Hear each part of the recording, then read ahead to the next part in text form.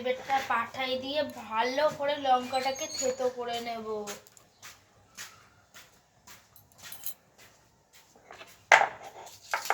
ঝাল ঝাল না হলে কদবেল মাখা ভালো লাগবে না।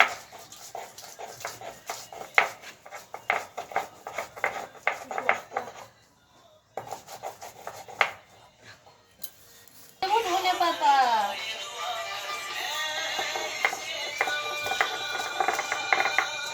এবারটা দিয়ে দেবো লেবু পাতা।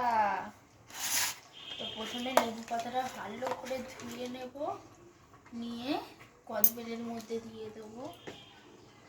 তো লেবু পাতাগুলো একটু হাত দিয়ে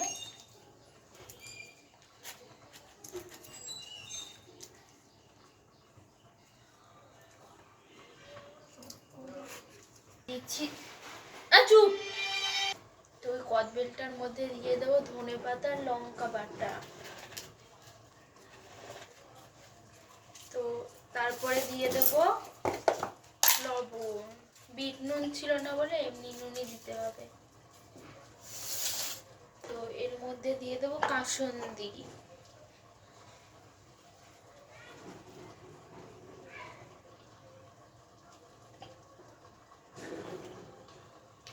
তারপরে ভালো করে মেখে নেব।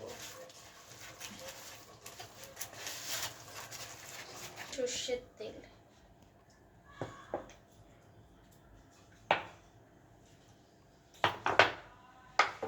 এবারে ভালো করে এটা মেখে নেব। তো আমার মাখা কমপ্লিট। তো আমি এই যেটা খালি করেছি এর মধ্যে ভরে দেবো।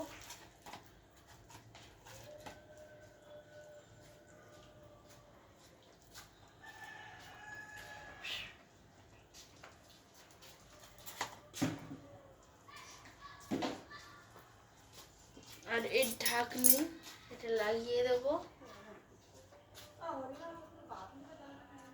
তো এইটা কদবেল মাখা রেডি। তো এটা আমি খেয়ে বলবো কেমন হয়েছে।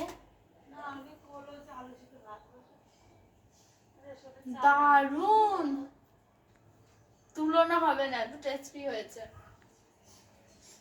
মিস্টেক হয়ে গেছে, চিনি দিইনি।